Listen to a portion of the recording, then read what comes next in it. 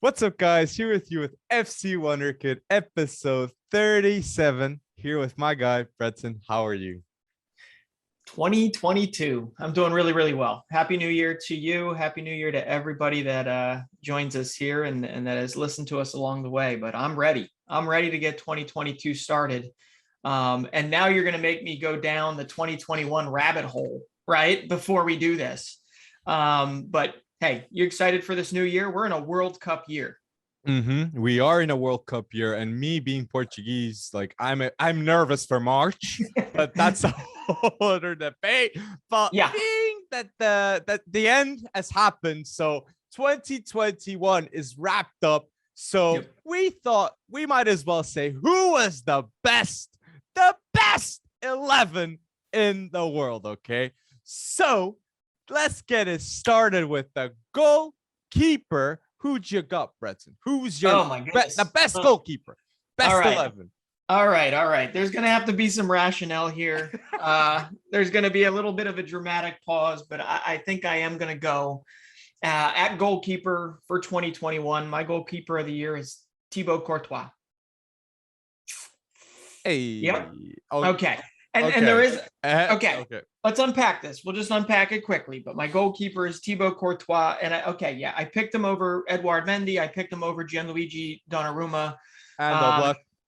And Jan Oblak. And okay, I kicked out Oblak, and that has something to do with Atletico's form as of late. Okay, so there's definitely some recency bias here. Gianluigi Donnarumma, I mean, obviously he is the hands-on pick for a whole lot of people. Hell, he won the Yashin Award. Okay, so got it, right? Courtois, I'm looking at Steady Eddie. I'm looking at a guy that's been there all year, been phenomenal for Real Madrid. They're on the ascendancy again. And he was also great for Belgium in Euro 2020. Obviously, they ended up losing, I think it was 2-1 to Italy, got kicked out by the eventual champions. But I wouldn't necessarily put that at Courtois' feet. He's just been rock solid and consistent. And then when you pair that with Donnarumma, who hasn't exactly found his feet with PSG. He's very well compensated, but he hasn't exactly found his feet with PSG yet. This is not taking away from Donnarumma's Euro 2020, but come on, he sort of rode the back of that Euro 2020 performance. And for the sake of the whole 11 I'm putting together here, that's why Mendy doesn't get in either. It's why Donnarumma it doesn't get in. So I know it's not popular necessarily, but Thibaut Courtois, I think he could do worse. He's been just absolutely consistent for Real Madrid this year. Yes. But Chelsea, like, if it wasn't the consistency of Mendy last season, Chelsea wouldn't have reached the Champions League final, nor the consistency to a Conte. Like, Conte was crucial too, but it was the consistency of Mendy, I think, that gave that inch. But I'm gonna go with Donnarumma at the goal, because I just feel like Donnarumma is generational talent all over him, okay? And I'm going to stamp my choice, okay, with Donnarumma for the present and future of football at the goalie. So now, at the defense... But here's the crazy thing. There's a good chance, there's a possibility. Well, good chance and possibility are two very different things. But Gigio Donnarumma might not be at the World Cup. 2022 might just be him in a PSG shirt. Brunson, you're getting me nervous, man. You're getting me acting out. I know. I'm just saying. I hope he doesn't. Respect to the Azuri, okay, but I hope he doesn't. Yeah. But at the left, okay, I'm not gonna go Nunez. I'm just saying, okay, spoiler alert. But I hope in 3 years' time I'm saying Nunez. But at the left, my left back, the best left back in the world, it's Robertson, man. And it's not just the quality of football. I think Robertson has something that he has an inch ahead of every single left back in the world. And the mental games that Robertson has, he likes to dominate that left side, okay? And he's a tough player to handle, okay? And you don't like to go against Robertson, okay? And that shows a lot. And I just feel like I'm gonna say it already. Okay, my left back is Robertson, and my right back is Trent. Okay, this is the Wow. best fullbacks duo I've seen in recent history. Okay, in recent history, I love the duo. But left back Robertson, yes, I got All right. Work rate. Okay. So I didn't know Robertson and Alexander Arnold were a package deal. But I guess so. I like it. I like the shout. And Robertson, you're absolutely right. I mean, you don't like to go against him, and that guy has an engine that just is endless, absolutely endless. Well, I guess I'll have to protect your countrymen, right? My left back is not a left back. And luckily he's been playing left back recently, so it's allowed for his inclusion at this position. But João Cancelo has been absolutely phenomenal as of late. So like I said, there's been a little recency bias, for sure, probably a little overweighting to the last 6 months over the first 6 months, because I can't remember what I had for breakfast this morning. So I might as well, have that little recency in here. And Cancelo has been easily one of the best fullbacks in the world, if not the best fullback in the world, as of late. And I've got Trent. Well, yes. Yeah, well, that's true. That you can make the argument, but I mean, here's what I love: like everything runs through Cancelo, right? At City, everything. Like you look at the possession stats, you look at key passes. It's a little bit like Trent Alexander-Arnold as well. I agree. But playing a possession game, I mean, Cancelo is your main man. And he's just been. I have a new appreciation for him for sure. I would have loved to have seen him healthy for a good amount of the year. But the fact that he can play on the left and on the right. Yeah. I mean, that just makes it even more impressive. And Alexander Arnold can't do that. No, I'm just kidding. But I'm gonna join you on that. But I am gonna have Cancelo on the left, and I am gonna have. I think you and we're 100% in agreement. Trent Alexander Arnold is on the right. And but I want to mention this too about Cancelo. It's an absolute disgrace what happened to João Cancelo. Okay, in the past 2 days before the game against Arsenal. Invading his house, okay, and treating his family the way he did, it's unbelievable, and it's a disgrace, man. Okay, so our support here, FC Wonderkid, goes to João Cancelo, man, in these tough times, and he played wonderfully considering what happened, man. It just shows how much of a top athlete he is.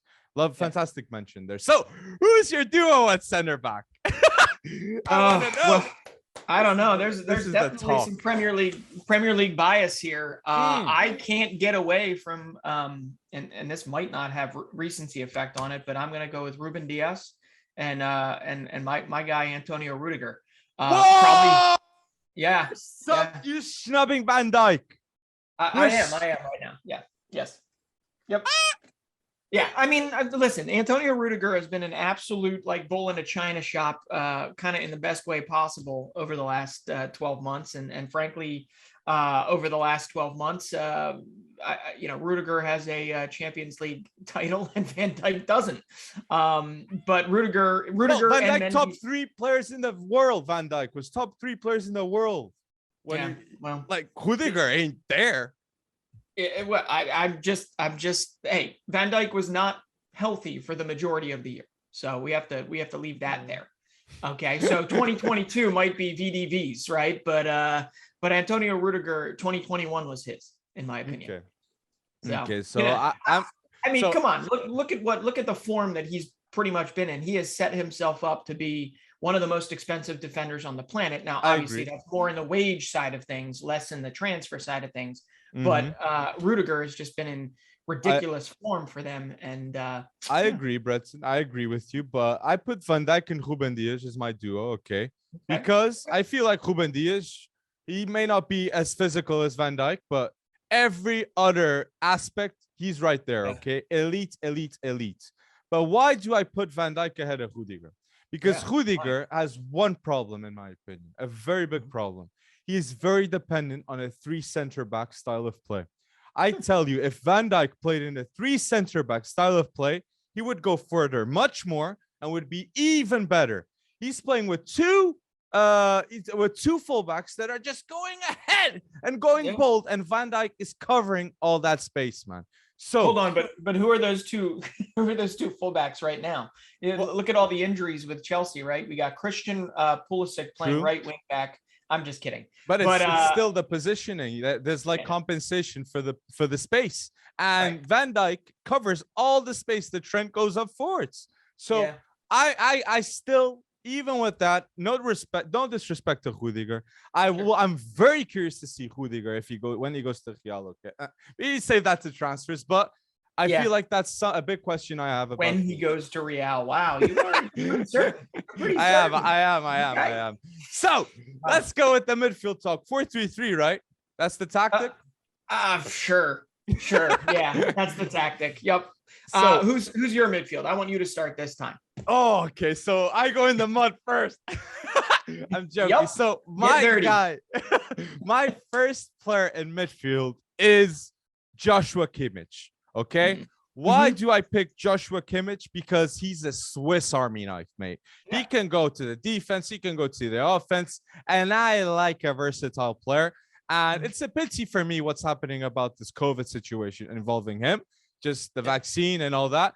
Don't want to get too much on top of it, but Kimmich, for me, when he plays, he's the best midfielder in the world in terms of balance and versatility and doing everything. Okay, so I think him not playing for Bayern is a huge loss, and Bayern might lose the Champions League for him not be playing. So I put Kimmich because Kimmich for me, he's that player. So he's the first player in midfield. So my second player in midfield, I gotta say KDB. Okay, so this midfield is gonna be attack. So it's Kimmich, Kevin De Bruyne. Okay, because I still feel like if KDB wasn't at Man City, man, I don't know if he would have the same input. Okay, but being at Man City, he's there. So I gotta say De Bruyne. Okay, he's gonna be leading the Prem in stats, and maybe he'll finally get some silverware in the World Cup for Belgium, man. Maybe, but I ain't putting my chips with Lukaku saying these stuff and all that. But my midfield, Kimmich, De Bruyne, and I'm putting in the free role the legend, one of the GOATs, Lionel Messi, in the free role position. He may have the 30 at PSG, but everybody knows he's the 10. Okay, he is the maestro of that team, man.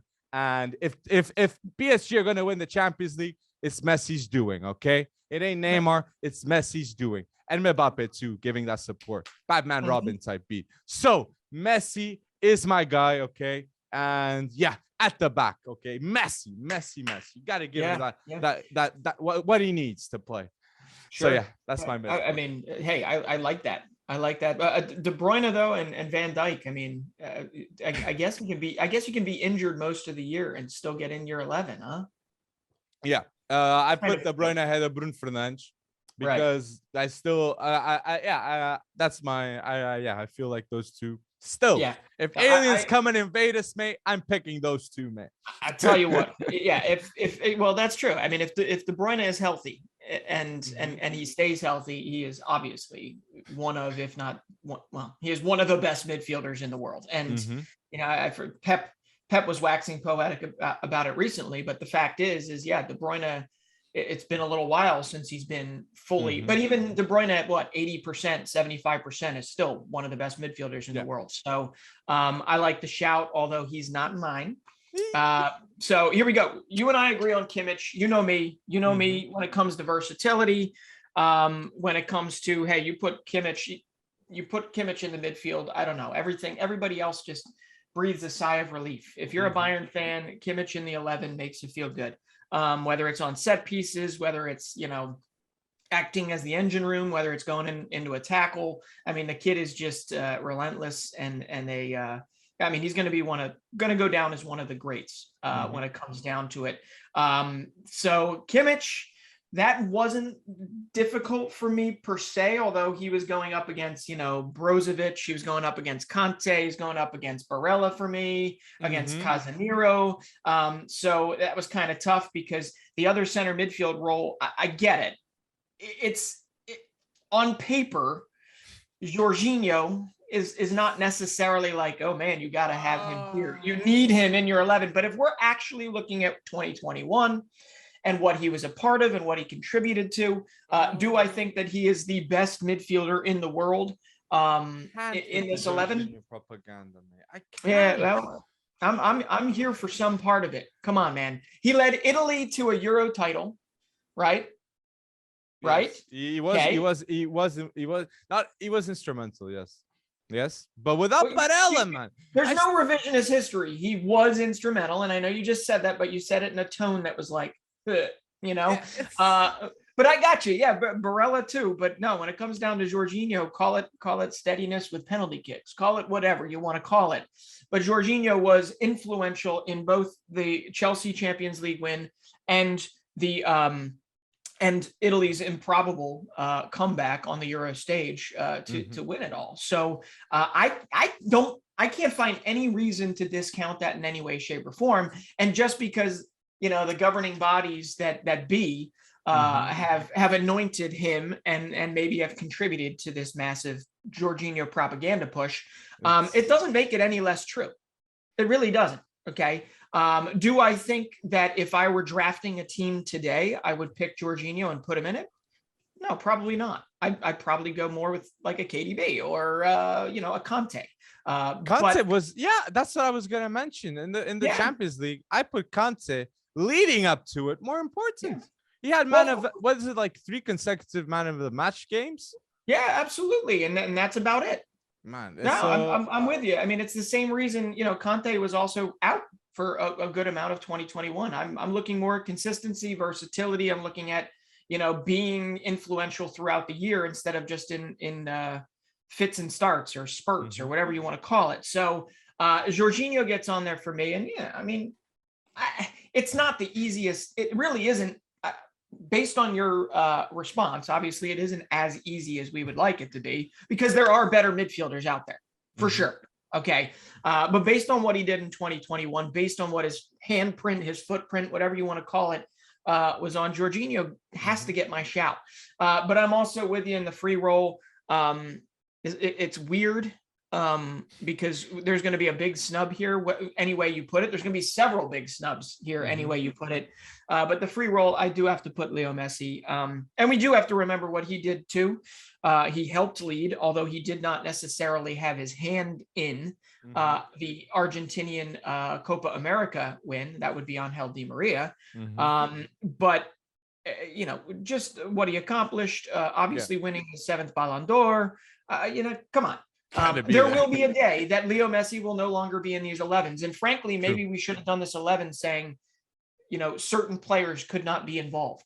But I know who you're leading up to. I know what you're cooking there. But Messi, it's so much easier if they're not involved right now. I'm kidding. But Leo Messi gets in. He's in my do whatever the hell you want in this 11 role. And now we gotta go with it. You said it.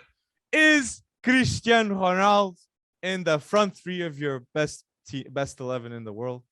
No. I mean, here's my front line. You tell me what you think about it. Tell me, please. Karim Benzema, Robert Lewandowski, Mo Salah. If you argue with that, I don't know how you argue with that. Oh my days, Bretson, you're getting me crazy because how is Lewandowski playing so well next to Benzema? They'll find a way. Frank, that's not my problem. You didn't say I was the coach. Okay.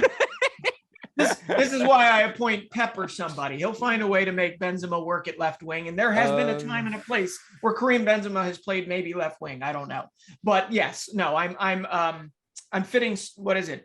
Square pegs in round holes or whatever it is. But listen, Karim Benzema, again, consistency, taking just this leadership role on, getting back into the French team. Okay, it's a little more narrative based. Not really, though. It's also statistically based. And the fact that he's been easily one of the best, if not the best attacker in La Liga for almost several seasons now. And Real Madrid is on the up and up. So Benzema, Lewandowski, sheer volume, sheer class, all across the board. I couldn't find a way to put Haaland over him, even though obviously Haaland's been impressive. And then Mo Salah, the exact same reason, right? Like I can't put like Benzema because at the striker role, I put Lewandowski. Okay. Yeah. And then this is my debate. This is my debate. I got two wingers, okay, that I got to put Griezmann, okay, in my team, okay, because regardless if it didn't work out at Juve, he was still the main guy there. And even though Man United may not be the best team, I can assure you the numbers are going to come at the end of the season, okay? Ronaldo will be one of the top players in numbers. But this is hard. My front three, okay, if I'm going non-biased, I'm saying Lewandowski, Mbappe, and Salah. Okay? This is my front three because Mbappe, top goal involvements in clubs. Then we got Salah, that is being the best player in the world in form. I put Salah a bit better than Benzema, but Benzema is being proper lethal. And Lewandowski at the striker, because when I think about these debates, I'd love to put the two together, Benzema and Lewandowski, but I don't think even the wage, it wouldn't work out. Okay, because we're talking wages now. Oh man, I'm trying to. I'm out here like I'm joking, but no. My preferred would be my preferred front three for best 11. Obviously, would be Krish, Lewandowski, and Mbappe, because look, it's a dream. Well, here I'm doing a little bit of tactical flexibility here. I'm actually doing a 4-2-2-2. There you go. I've got Lewandowski, Benzema up front, and then I got Salah and Messi playing dual tens. So then we got snubs. I can see we have Haaland is a snub. That's next gen. Mbappe is kind of snub. Okay. Then you got Alphonso Davies too. He's no doubt he's going soon there. Nicolo Barella, Vlahovic, Pedri, Vinicius, Foden, Nunes, João Felix. These are the players that I think are one step away, a consistency of becoming world class, and being involved in the best 11. But now I got to mention players that should be there and are in the peak. So Harry Kane, right? Lukaku, Neymar. Neymar is not in the best 11, okay? Not. I think anyone, they can't put Neymar in the best 11, because if you put Neymar, you take the spot to Salah or Messi or Mbappe or Krish or Lewandowski or Benzema. You can't put Neymar. And then you have Marquinhos too, is a snub. And those are the players I want. And Bernard Silva. Bernard Silva this season is hitting peak. And if he continues with this form, he's for sure in the best 11 of this coming year. I mean, hey, I think you summed it up really well. I didn't have to speak ever again. You've got it down there. I mean, obviously, I didn't give KDB his dues. I do have to throw a shout out. I mean, we didn't really say N'Golo Kante. Yes. But Nicolo Barella was the one I really wrestled with. Barella, I really wrestled with because he's been instrumental for Inter. And on top of that, he was absolutely instrumental for Italy as well. And I first player on the list, man, not counting Haaland and Mbappe and Davies. Probably. So I rate him highly, Barella too. So guys, who should be in your best 11, guys? Okay, like the video and subscribe to the YouTube channel for more support. Gotta say it. But let's get to the next topic, guys. Okay, here at episode 37, and it's AFCON. Okay. And I just want to say, I've been seeing so much disrespect towards this competition, man. And here at FC Wonderkid, we hate to see that, okay? And we will be covering a lot of games, okay? Because there's quality teams. Algeria's quality, Senegal's quality, Cameroon's quality. So much, okay? So I just wanted to say that because it shouldn't happen, man. It shouldn't happen. And here's the fun part of AFCON. The last 6 African Nations Cups, there have been 6 different winners. So get ready. It's generally a crapshoot. And obviously, I think we'll have another one. Yeah, I do. I really do too. I mean, who's your, like, off the bat, who's your favorite? Senegal. Senegal. Senegal has never won it. Okay. Yeah. And I really think this is the golden generation of Senegal. Okay. You got Sadio Mane there. You got you Mendy. got Koli Bali, Yeah. Mendy. Like Yep. what? Like Yep. Senegal has literally 3 players that are world class. World Yep. class. So I really rate them highly, man. So Yeah. you want to go by groups and say who we think goes through? Oh man, wow! Oh, I that's didn't too know I much. was going to be doing that. No, that's way too much. But so yeah, let's just talk in general. So Well, you know, we could do that right after it starts. When is it? We're the second. It starts next week. So Okay. we could do that on that day. But yeah, I mean, I just wanted to talk about, for all those that have dropped out, right? Because there are a lot, you know, where either Premier League clubs are playing hardball, or you've got issues like Ziyech's not going to be there. Osimhen yes, and Emmanuel Dennis are not going. and Gabon is in that group with Morocco and Ghana. Okay, because no Ziyech is an opportunity. But do you feel like they'll still go through in Group C? I think Ghana is going to top it. I really like Ghana. Thomas Partey for me is good. I loved him against Man City, and I'm very, very hopeful to see what's going to happen with Ghana. I think they're going to top the group. I think you might be right. I mean, I'm actually most excited about seeing whether or not Sebastian Haller can continue his run of form. I mean, him with the Ivory Coast. They won't top the group. I don't think they'll top the group. I don't think Ivory Coast will top the Group B, because Algeria. Yeah. Whoa! Who is this coach? Belmadi? Belmadi? Like what? Like I went to see the stats. He has 42 games as the Algerian manager, and he only lost once.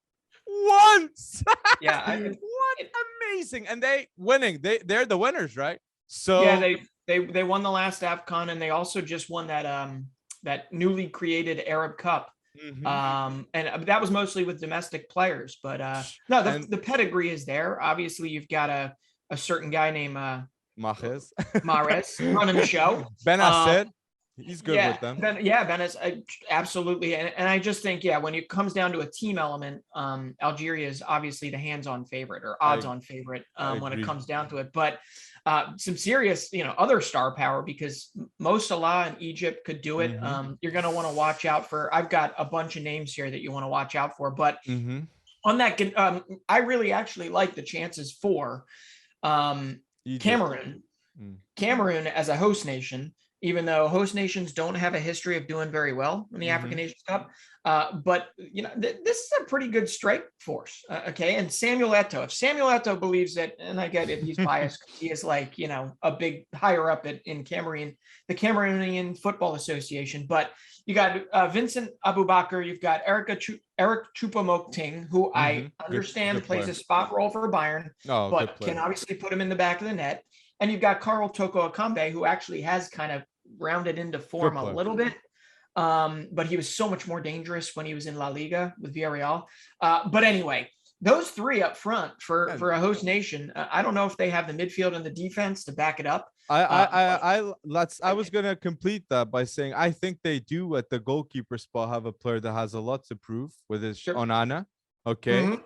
Being the season off, I think Onana was going to be a very good keeper. And then at center back, I do think they have a player that has learned a lot with Van Dijk, and that's Joel Matip. And I think he'll have a proper leadership, okay? And I think Cameroon, yes, the host nation, they will top the group, okay? And I think this is a tough one, but I put Burkina Faso second, even though Lessina Traoré is not going to be in the competition, okay?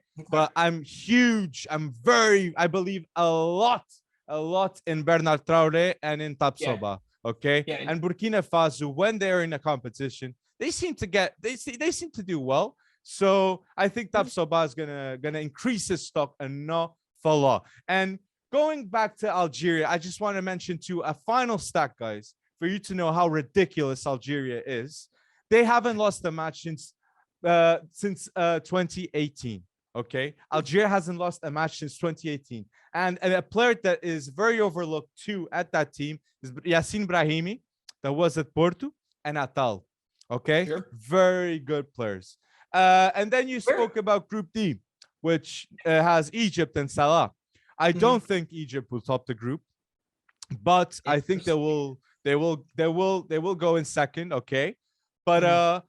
I think Salah wants to be the best player in this competition because let's be honest, there's a chance for that to happen. Even though Sure. Senegal with Sadio Mane being the best team, but in my opinion, but Huh? Nigeria, I think they're gonna top the group with Egypt because I love Ndidi, I love Yeah. Osime, even Zaidu at left back, and then Iheanacho and Chukwueze too. Yeah. So Musa Well, is an overlooked player too a bit. So yeah. I like that Nigeria Oh unit, and man, I think Musa. they have Wow. caliber. They have caliber. They have history in Well, they have competitions. caliber, but they're dropping like flies. I agree with you. And It, even the level too. yeah, Yes, Chukwueze is going to have a massive, massive tournament because I agree. Osimhen's not going, I and agree. Emmanuel Dennis is not going, and those are the two most informed attackers that Nigeria have. But Iwobi's going. I mean, he could have a big Good tournament. player. So yeah, no, I'm with you. I mean, Nigeria for me is always just perennially dangerous. And no matter who they've got a next man up mentality. So I do expect them to be there. But like Morocco without Ziyech, hmm that's I gonna be think tough. Ghana tops Um, it, and then you have Group B, in which we mentioned Senegal and Guinea. yeah, Guinea's a good yes, is a good team, and I love the fact that Moriba's there now. I Like we're gonna know. see Moriba there. That might be next to Animal Mejri. Moriba Yeah. and Animal Mejri are the two wonder kids that you really want to watch in AFCON, Well, and they and this is the will. interest. This is the Sorry. interesting thing. There is Moriba. This is a very important tournament for him, right? Because you probably saw the news that Brian Brobby headed back to Ajax from Red Bull Leipzig after Mm-hmm. just joining. Well, Ilyich Moriba is actually potentially on his way out as well, even though he signed what, like a 15 million, $18 million, whatever, Yes. to head to Leipzig. So this is actually like a really big tournament because nobody's really seen Moriba, And Naby right? Keita's next to him. And So Naby Keita's next to him. and So yeah, I mean, it's a good team. I think Guinea will be overlooked, but I wanted to talk about my dark horses in the whole competition. Yeah, I've made okay, a huge study with this. I'm really excited for AFCON because yeah, this is a lot of talents are here, guys. Okay, yeah, there are. and Group F for me Mhm. has two nations that I don't usually pay too much attention, and one of them is Mali. Okay, like Yes. Mali for me has the best like top five midfield in this competition, no doubt. They got Haidara. Okay, Haidara being a wonderful midfielder in Bundesliga. I don't know if you guys know that one of the best box to box midfielders in the world, in my opinion, with the work rate. He goes up He's and down better than anyone. Then wanted they by have United, right? yeah, exactly. Then they have Misuma. That Mm-hmm. we all know. If you watch Premier League football, you know what he brings to the table. Bissouma is a powerhouse and Yep. very, very good. It makes that comfort that you Mm-hmm. need in a team. And then you had Mohamed Kamara, which a talent, My 21 favorite. years old, Red Bull Yep. Salzburg. He's gonna come up, okay. And he's another talent that I'm very, very excited. And I think Yes. Mali are gonna top this group with this midfield of Aidara, Bissouma, and Mohamed Kamara. Yeah. Very, very hard to beat. And then you got the second place that I just want to talk about this player. It's Animal Mejri and it's Tunisia. Okay. I Yep. feel like Mejri really wants to feel the weight of the country at his back.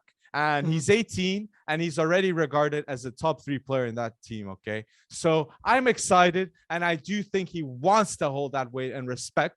So let's see what happens. And I'm going to put Tunisia in my number 2 spot.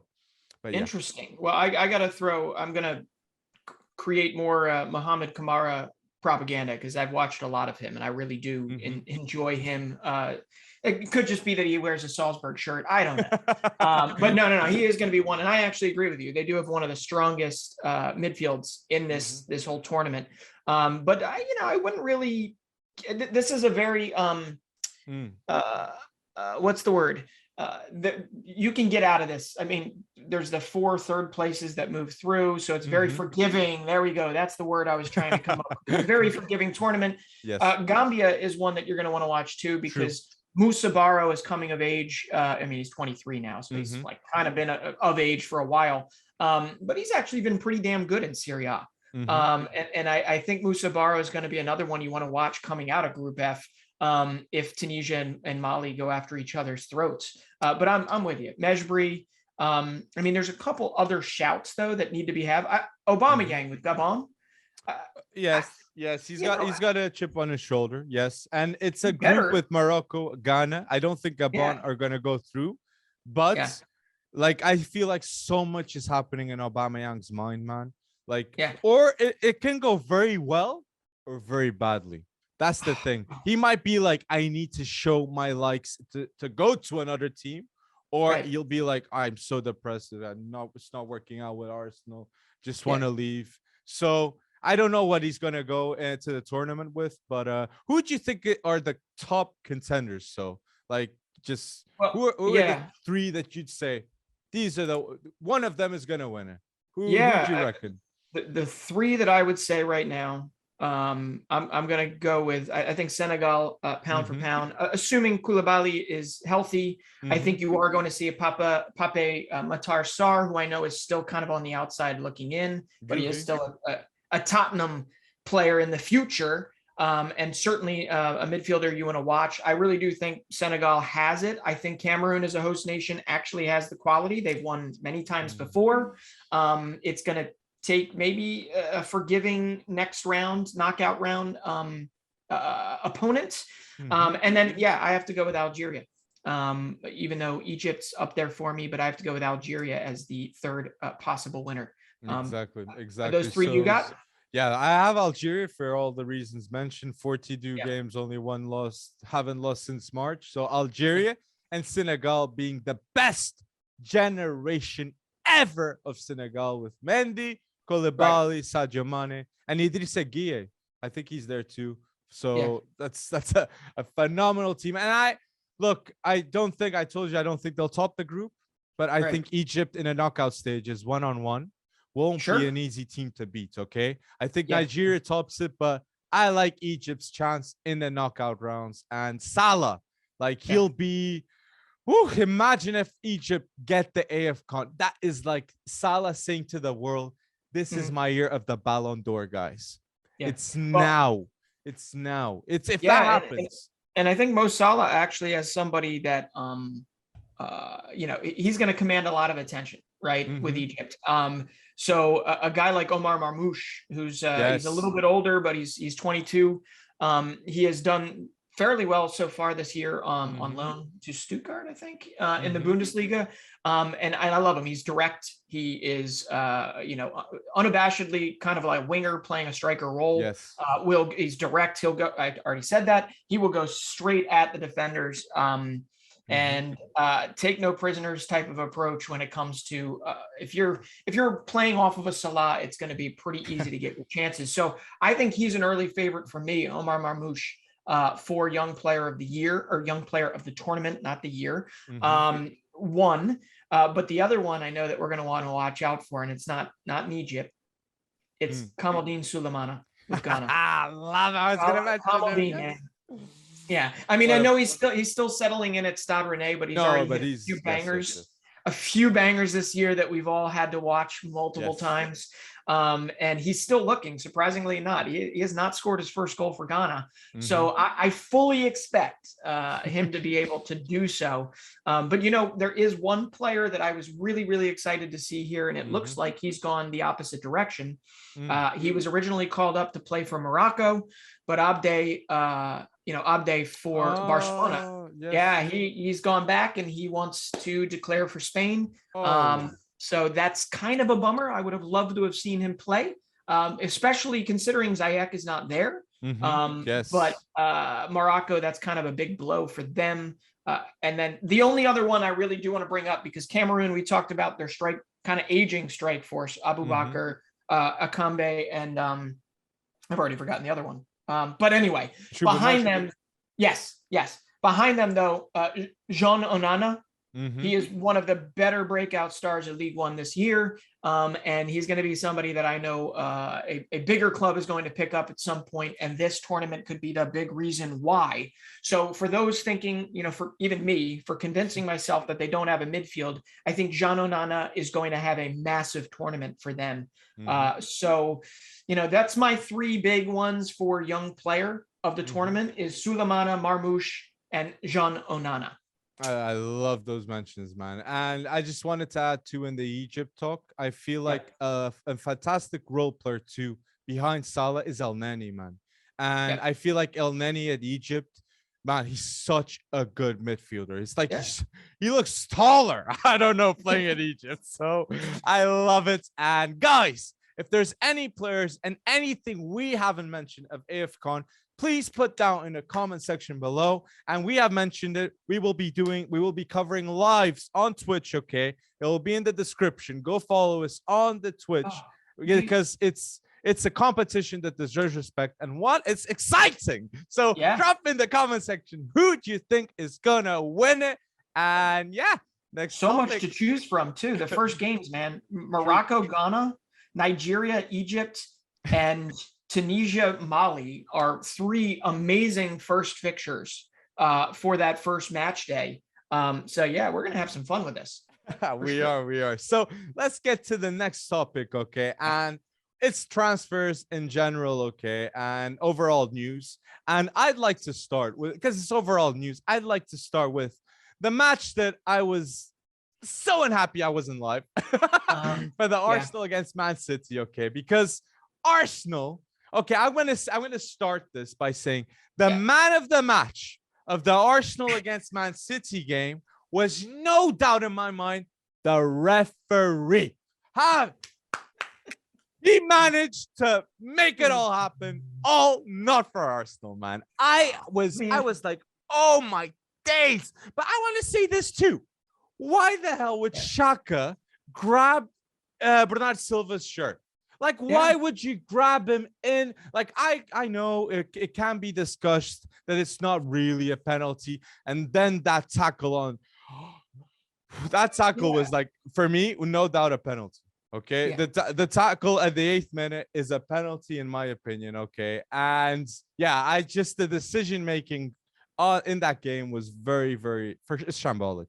No, I mean, it's just one of those things where you say, why put the referee in the decision in that position to have to make that decision? Because the foul, if there was any actual physical foul on that with Xhaka, it was like the initial contact, and then you're right, the jersey pull, and then he goes down, right, and then he does the I don't know what you call that, like the airplane to the ground, right?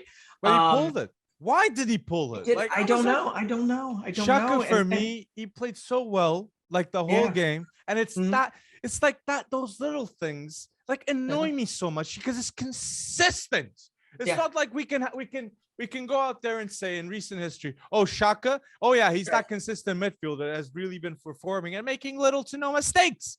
Right. Like, no, I will never be saying. I say that for Xhaka in the Swiss team, not for Xhaka at Arsenal, which is a bit dubious. It's a bit weird, in my opinion, okay? And I want to say, too, Smith Rowe should have been substituted earlier, okay? Okay, that for me was... And it was very sus how Gabrielle, all of a sudden, red card, bing, boom, okay? The first yellow should have been a yellow. But the second one... but it was 3 minutes that unraveled probably the best first half that Arsenal has played all season or in a very, very long time. And it took away from, Bukayo Saka looked like a grizzled veteran out there for those first 45 minutes. He was just immensely fun to watch. And then you have Gabrielle Martinelli, who, he's still raw, but he just is, he's electric, right? He can do things that, belies his pedigree, right? Coming from the 3rd, 4th division and blah, blah, blah. I mean, this kid can play. And you see the glimpses of hope. We talked about this, but that was exactly one of those things. Arsenal deserved to get a point from that. Even Pep Guardiola came out and said, I can see that they were probably the better team. And that was paraphrased. That wasn't an exact quote. But it's just amazing to me that those 3 minutes or 4 minutes, whatever it was, those two things did derail. And even after that, Arsenal had their chances. They had their ability to potentially get it done. And then it's Rodri screwing up everybody's party, for Arsenal. The main reason, in my opinion, for us to see such a change in that Arsenal team is Tomiyasu and Partey playing well. Partey finally brings the stability that the midfield was begging last season. And Tomiyasu, there was a lot of moments that counterattack happens. Man City, fast ball, fast pace. Who was stopping in brick wall was Tomiyasu, okay? A lot of times. So I feel like Pep Guardiola will never, in the future, with Arteta at the helm at Arsenal, will never have an easy game, because Arteta knows what Guardiola needs in a game. And my criticism is Smith Rowe not coming on earlier. And I do want to give another shout to Lacazette, because for me, Lacazette is reshaping himself, okay, at Arsenal, because he came a bit like as the Robin of Aubameyang, okay? Aubameyang, the big guy, and Lacazette was like the second guy. And now it seems like he's in this new role, like leading the youth, that Saka, Martinelli, and Smith Rowe. You can clearly see that they know that they have responsibility in the team. And Lacazette, I really think he's the veteran, and he's being a fantastic veteran, which is surprising for me. I wasn't expecting to see him doing this. Okay, so I still think they need to get a striker to get in that next level that Arsenal are one step ahead. But that was fantastic mention. The best game I saw this season of Arsenal. They lost, yes, but it was the best game I saw this season of Arsenal. And to flip that on its head, I gotta say that's the type of game that City winds up winning, and that's probably why they're going to wind up being the Premier League champions. It's the type of game that you win the Premier League type beat. Yeah, exactly. I agree with you. And for me, it was, as a Portuguese person, seeing Ruben Dias manning up, man. Even the goal celebrations, the guy was like leading the way, man. So, and Cancelo, no striker, and they are constant for the center backs because they're so mobile. The Bruyne is there, then the Bernard Silva's there. It's so complicated, man. But yeah, that's what's happening. It was a fun matchup. I mean, there were a lot of matchups that were actually canceled over the last week, but that was a good one, and we got another one coming up soon. So the Arsenal future is good, and I do have to ask you. I'm going to put you on the spot right now. Several months ago, you did say Arteta out. I did. Are you still in agreement that that Arsenal needs a new boss to usher in this new transition, or do you feel like Arteta should be given more time? I will have an answer. I just want to see what happens in January. If I see that in January or in the summer leading up, they're gonna get the strike force that they need, that's fair. I believe in them. But I think Saliba coming back is going to be huge. I do have another doubt, that is the Saliba-Arteta relationship. I feel like that's going to be big judgment too, because if people aren't watching Saliba at Marseille, he's being one of the best young center backs in the world right now. So it's not like, oh, he's not quality. No, he has the quality. So it'll be like, can he play with Arteta? The question. So I feel like the Saliba question, and if he can improve the strike force. If Arteta does this, Arteta wins the Premier League and he stays at Arsenal. Yes, he'll have pressure, but I think Arsenal fans will want to have someone at the helm. And yeah, if he wins a Prem every 3 years, let's type B. Like with the level of competition we're gonna have. So I like it, and it's a rebuild being done at Arsenal. A lot of players have to leave. Nicolas Pepe has to leave. Aubameyang has to leave.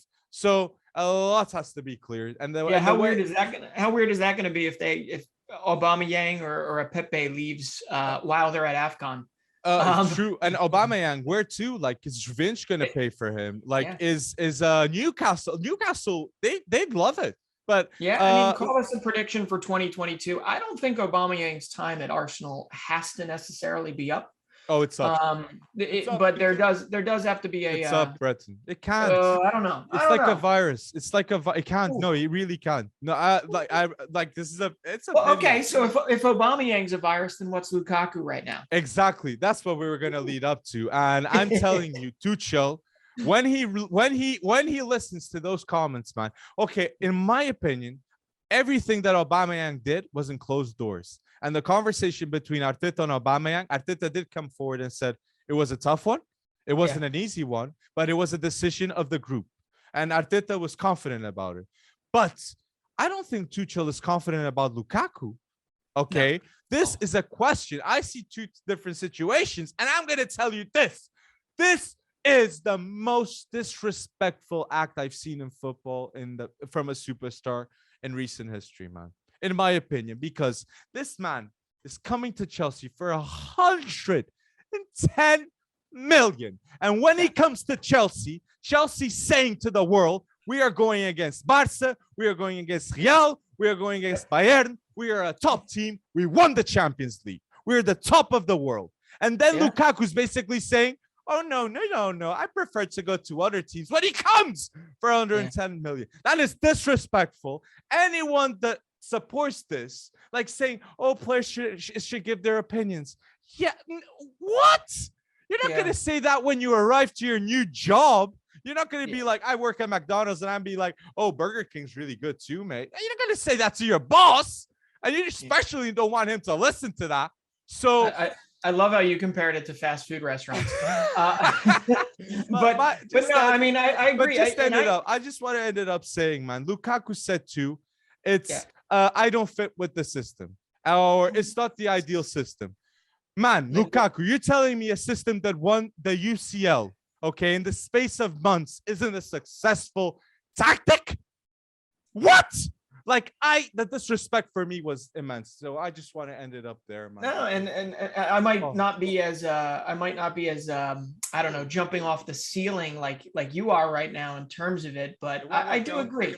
I am all for transparency in terms of a player actually speaking out. But yeah, the timing is weird. The inconsiderate nature of not even taking into account the fan base of Chelsea.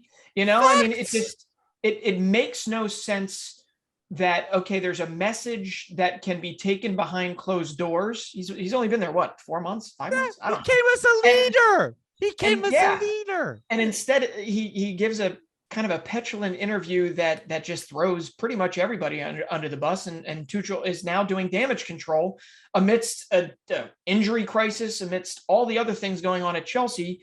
But if there's one thing I'm pretty confident of, is Chelsea will get through this.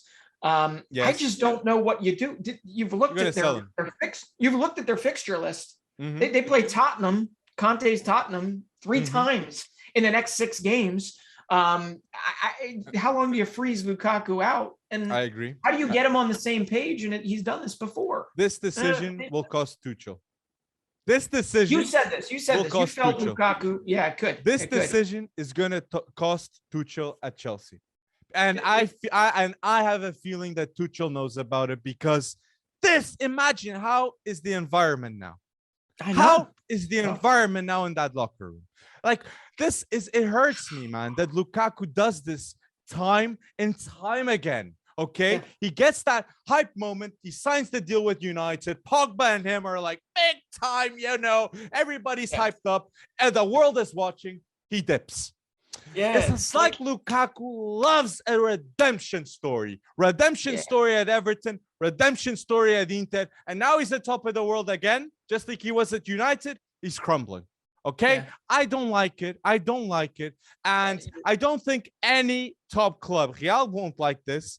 They'll be like, oh, if he's saying this about Tuchel that just won the Champions League, what is he going to say about Xavi? What is he going to say about Xavi, man? So like it feels like he's intentionally submarining it, even if it didn't. I agree. The club and the ambitions of the club, and that's you're right in that sense. I mean, the money they spent was a pure sign of the ambition that Tuchel and Chelsea have moving forward. And in one fell swoop, in one little interview, you can do a lot of damage. Words still matter. Sentiment still matters. And if I, Lukaku's obviously not calling me for PR points, but if I were him, I would come out and I would first, explain yourself to the fan base, but I don't think you're going to. I don't think he's going to. And it just seems like this happens time and time again, because this sucks, because it kind of ruins, in my sense, he's a fine footballer. The legacy at Chelsea. Yeah, he could build, exactly. And after 4 months, you're already throwing somebody's, tactic in the trash bin. You now are the the Champions League. That won the Champions League. Like, he puts that tactic down the drain. Like, what? Like, what? Yeah, it's crazy, man. Well, let's like end it on a happier note with the transfers. Can I go a little American on us? Can I go I American? know what you're gonna end up. Yes, it's a happy story. Yeah, I know. I mean, listen to this. This is crazy. Okay. Previous to this, the top transfer out of Major League Soccer involving an American player was like around $8 million for Josie Altidore, and that was like 10 plus years ago. Okay, he left for, I think it was Villarreal, before he then hopscotched throughout the world, not scoring goals. And I love Josie Altidore, but 8 million, he wasn't worth it back then. But now you've got first off, I love that Fabrizio Romano is the one, breaking this news, because everybody's reading this, not just American apologists. Everybody's reading this. But first you have day one, like first hour of January 1st. Daryl Dike goes to West Brom, who, okay, we get it. They yo-yo between the Premier League and the Championship, but they pay 9 million euros for him, breaking MLS's transfer record for an American player. And then fast forward a couple hours later, and Fabrizio Romano talks about a 180, right? Everyone thought Ricardo Pepi, who is 18, he might be 19 now, but I think he's 18. He is a tall, lanky striker that can do a lot of things, has a lot of promise, is nowhere close to that promise just yet, but we'll get there over time with the right tutelage.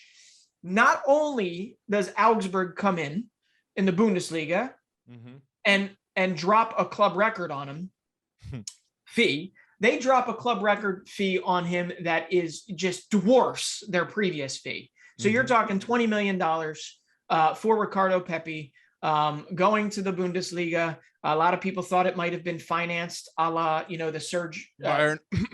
Gnabry. Yeah, they might think that. I'm confident from hearing what I've heard that that's not necessarily the case, that there's actually an American minority owner that may have financed it himself. That comes from Stephen Goff. But it is just very immensely interesting, because this is the building block that might not make Major League Soccer, relevant, a year from now. But if we become a selling league where these exports start to, funnel into the European leagues, and people tend to look at them and see maybe a Pepe scoring 10 plus goals in the Bundesliga in the future or something like that, you will start to see the credibility come in as the purse strings open in the US, so on and so forth. So anyway, Ricardo Pepi, big move to Augsburg. There's positives, there's negatives. Positives in that he's going to play. For that sum of money, you better be buying him to play. He'll be and the negatives are, people probably expected a Dortmund or a Ajax or a whatever. Pepe. But Pepe. So it's $20 million, and I have here in my notes 16 million euros. Okay, for the European listeners, this is big money for a US talent that's playing in the MLS, in my opinion. And I'm gonna say this about Pepe: I like him. He's a very good finisher. I'm excited to see. And I feel like it's a very, very smart move by his team, to go to a team that you'll play immediately and will be handled the respect. So I like the Pepe move, but I just want to add up at the end, if it works out at Augsburg, we all know he's going to Bayern Munich. Everyone knows this guy's going to Bayern Munich.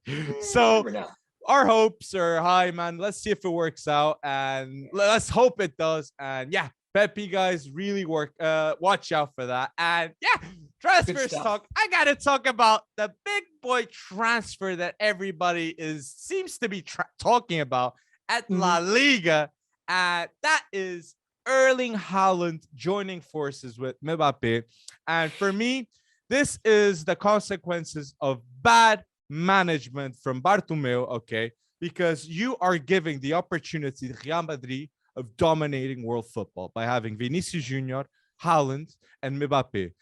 Mbappe, they'll get him for free. It'll be signing costs will be high. They'll still spend like 30 million a year, and to sign him up, 40 to 50 million. So that'll be 80 million. Haaland, 60 million release clause. Real will get a fee too. It'll be approximately 100 million too. They'll spend 180 for these two. It's doable. Real Madrid can get these funds. So, what are your thoughts on this? Like Real Madrid putting the dagger in football? That's it. Yeah, I mean, they're assembling the Avengers for a second run, right? Assembling the Galacticos potentially. To be honest, there's really only a few clubs that can compete for these names, and Real Madrid is up there because their fiscal mismanagement is a little bit less than, say, Barcelona, who is experiencing a reckoning and has a lot more craziness to unload, which I know you've got a little more detail on. Yes. Wink, wink. But no, I mean, Haaland, I don't know if he's made it clear per se, but obviously the reports that come out basically put Haaland in La Liga over the Premier League. Yes. So it does. And to be honest, it's whether or not, can the two work together? Vinicius, Mbappe, Haaland, that man, Barca fans, that's like the worst nightmare for Barcelona right there. But I think, yes, Haaland would prefer the La Liga to the Premier League because he will score more goals in the league of La Liga. No doubt, in my opinion, man. And the style of play will be better for a poacher like Haaland, with a player that likes to get the attention. And he'll be ready, big boy ready for the Champions League games, okay? Playing at Real Madrid, at Barca, because I do feel Barca have a shot to get Erling Haaland, okay? Hear me out, guys. I was doing some research, man, like last night, seeing in the Scrabbles, how can Barcelona get a player like Haaland? And guys, this is shocking. I'm going to say it in powers because that's what I found. But Barca right now, to this date, is paying Umtiti 263,000 pounds. Dembele 287,000 pounds. Coutinho 380,000 pounds. And Sergi Roberto 160,000 pounds. Okay, these players add up to 1 million a week. So Dembele, Coutinho, Umtiti, and Sergi Roberto is 1 million a week. I am sure you ask a Barca fan, would you rather have 3 players that God knows who of the academy in Haaland, or Dembele, Coutinho, Sergi Roberto, and Umtiti? Every single person answers Haaland. So going up with the whole wage bill now, you got, if we add Umtiti, Dembele, Coutinho, Sergi Roberto, Depay, I think Depay is going to leave next season. Aguero, retired, unfortunately, 150K a week, Aguero. Bryce White, I don't think he'll stay. Bryce White, Langley, Neto, and Luke de Jong is 400K a week. Okay. And all the players I've mentioned in this whole segment is 1.7 million a week that Barcelona is losing. Okay. This is crazy. And the players that are gonna benefit with this deadwood going out of the club, it's gonna be Pedri, Fati, Nico Gonzalez has already renewed his contract with a 5-year deal, which is fantastic. Ronald Araujo and Gavi. Okay. These are the players that Barca has to lock in and say, stick with these, and we're going to let this deadwood go. It's like an Ajax approach, right? You trust your academy, and then you sprinkle in some very solid players, right? But I know you just got your accountant's degree, right? But I got to push back because with these saddlebags of cash going out the door, and just blowing holes in the P&L or whatever you want to call it. Yes. For Barcelona, who will they get? I don't know how you easily get rid of these wage bills unless you just run out their contracts or buy out their contracts, take an even bigger financial hit. They'll underpay. They'll be underpaid because the wage is worth the underpay. That's Coutinho leaving on 30-40 million is worth it because this guy is getting 380K a week. This is a lot for that wage bill. And therefore, being with all these players going, I think Ferran Torres is the right move. Is a fantastic move for Barca to do. Azpilicueta. If anyone hates on Azpilicueta going to Barcelona, they don't know football. They don't know football because Azpilicueta adds versatility, adds options, and adds experience to that team that they need it. Xavi needs it, being a young coach. So Anthony too would be a very good player to go, a little bit like Neymar-esque type signing, not the same level, but a very good player at winger because he wants that. He needs quality wingers for the style of play that he wants, Xavi. And Messi's going to come back.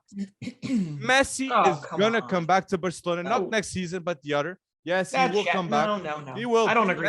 Messi is going to come back to Barcelona when he ends up with PSG. And De Ligt is the player that I feel like, or Haaland or De Ligt, Raiola is going to get one of his players in the door of Barcelona, okay? You just know it. You Laporta and Raiola with those talks. Yeah, that's not this cooking. So if it's both, I don't know. I feel like Raiola likes money up front. He doesn't like money on a layaway plan. True. But I think it's possible. And like imagine for Haaland too, if he is the lead player going up against the Galácticos, okay, and putting up a good challenge and winning the Real Madrid team that he can with Pedri, Gavi, Fati, Ronaldo Araújo, he can with this core. Like he can create himself the legacy of being the best player in the world and maybe in history if it works out for 10 years. Sure. Haaland. So this is what is on the table, man. So I'm very excited. And I just wanted to end up too with Real. Real is going to sign Rudiger, Mbappé. And I do think they're going to get a right back. I don't know who. I think Pedro Porro would be a very good option from Sporting. And I saw Reece James. Okay. Reece James would be fun. Just the fact that I really do believe in 5 years' time, Real Madrid is going to have 3 or 4 English players in it and quality English players. Okay. I feel like world's being global, man. English players are going abroad and big time English players will play at Real Madrid or Barca eventually. So, yeah, it's going to happen too. I think it's more likely, Real Madrid rules La Liga for a couple years while Barcelona works out all these kinks because, come on, man, this Barcelona refresh is not going to happen overnight. Xavi does not have superpowers. Laporta certainly does not have superpowers. And one guy coming in isn't necessarily going to fix everything, but they have something that a lot of other clubs on this planet do not have. And that is that youth base. That is that youth base that they can build upon. And those building blocks are absolutely vital to their refresh. And, one of these players might fizzle out. A Pedri, a Gavi, one of them, a Nico. One of them might not actually meet they might hit a ceiling. It's very, very likely that, not all these guys are going to turn out to be world beaters. So, in a broader term, 2022 is going to be a massive, massive growing experience for Spain in general. Yes. Right. Is there a new golden generation afoot? I agree. I think there is, Breton. I think Ferran, Gavi, Pedri, even Ronaldo Araújo. I think there's a golden generation coming at Barcelona and for Spain. Yes, I believe. Yeah, I'm with you. I mean, on paper, it looks delightful. Any other transfer you want to head up? No, I mean those were the ones you hit on pretty well. I think we might have to save our breakout players for next week. Yes, but we gotta say. So guys, if there's any other transfer that we have missed out and you want to have a chat, put down below in the comment section, man. And this is the last segment, and it's gonna be a lot during this month. We're gonna have a segment in which we will say our boldest prediction at the end of every podcast. Okay. Yep. So, what is your boldest prediction for episode 37, Breton? Okay. I don't know. I mean, some people might not even find this that bold, but there's just been a lot of love thrown Dusan Vlahovic's way as of late. So I almost feel like this is becoming mainstream, but it certainly wasn't 3 months ago when we were talking about him. It wasn't 6 months ago when we were talking about him. But 2022, we all know, is going to be absolutely insane for Dusan Vlahovic. He's going to make a big money move. No clue to where. I'm never going to predict that crap. But Dusan Vlahovic is going to make a big money move. He's going to wind up on the Ballon d'Or shortlist. Okay. Not the final nominations, but he will wind up on the shortlist. Top 30. Yep. And are you ready for this? He's going to be in the top 3 scorers in the 2022 World Cup. World Cup? Yeah. Okay, and I'm not calling for Serbia to go to the final in any way, shape, or form. But Dusan Vlahovic is going to have one hell of a 2022, and he's going to cap it off or end it with maybe 5 or 6 goals at the World Cup. I like that prediction, man. And he's got a man that will put the assist, Tadic. Tadic will put up the assist of Vlahovic. I like that prediction. There's a few. Serbia, I'm not going to call them a dark horse yet, but I do like what they could do in a World Cup if they get everyone there healthy. Yeah, I don't want to talk too much as PTSD type B. I don't want to talk about it. Yeah. Oh yeah. But Serbia, yeah, fantastic dark horses for sure. I'm joking. Respect to Serbia, man. I hope you guys do well in the World Cup. But I'm gonna go here with my prediction, and I even written it down. I believe Kane and Tottenham will win a trophy. Okay, I'm gonna go bold. I really believe Tottenham will get it through. Because the moment they made the decision of getting Antonio Conte, I loved it. I didn't need more. I didn't need more because they sacked Nuno Espírito in the same season and they get Conte. For me, that's saying we won the trophies finally. And I support that because Son, Højbjerg, Reguilon, Lloris, Romero, Emerson, Davinson Sanchez, and Lucas Moura, all these players have something in common, and that is work rate, and they're hungry, okay? They want to prove the world that they are fantastic players, and I believe in them. I believe in the squad, and I really do believe they're 2-3 signings away, and keeping Kane and Son, obviously, of possibly winning the Prem. That's what I'm saying. Yes, I'm going bold here. I think Conte can manage it in the next 2 years if everything goes in the transfer window well, okay?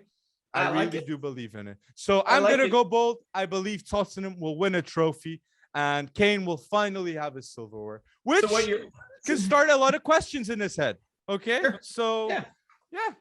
I mean, Harry Kane under Antonio Conte, the last week or two, we've seen a little refresh of Harry Kane. So maybe that continues, but I'm going to tell you right now, it seems like the race for the Carabao Cup. The race for the Carabao Cup is amongst us because Tottenham's not winning. Well, they're out of the Conference League, right? Yeah. That forfeit to Stade Rennais. You know what I mean? That's what I'm hinting for. So basically, you're calling for Tottenham to win the Carabao Cup. Yes. Over, I guess, another club that could potentially do it if you're looking for another bold prediction in 2022, and that's maybe Arsenal gets there first. Arsenal. Yeah. Tottenham's going to have to get there over Chelsea. Arsenal's going to have to get to the final over Liverpool. Exactly. A Liverpool that likely is not going to have Salah. I actually don't know. Do we know? Is Salah? I think it's January 6th. So it's 3 days before AFCON starts. Well, will they have Salah, Sané, Matip and Keita? I'm not for sure. The Carabao Cup semi? I'm not sure. I'm not sure, but it's hard. It's hard losses, man. But I do believe Tottenham, they'll get it done. So everyone, put your bold predictions in the comment section below, man. Let's put a good combo. I hope go to FC. This podcast is sponsored by FCWonderkid.com, guys. Go check it out. Go cop the merch, man. And I hope you guys enjoyed episode 37.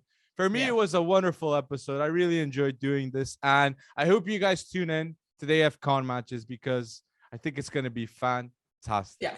Follow us on Twitch because we will be doing a bunch of lives for that. And we got to say this from the bottom of our hearts. Welcome to 2022. And thank you for sticking with us. We're excited to get this off. We have a feeling 2022 is going to be a big year for FC Wonderkid as well.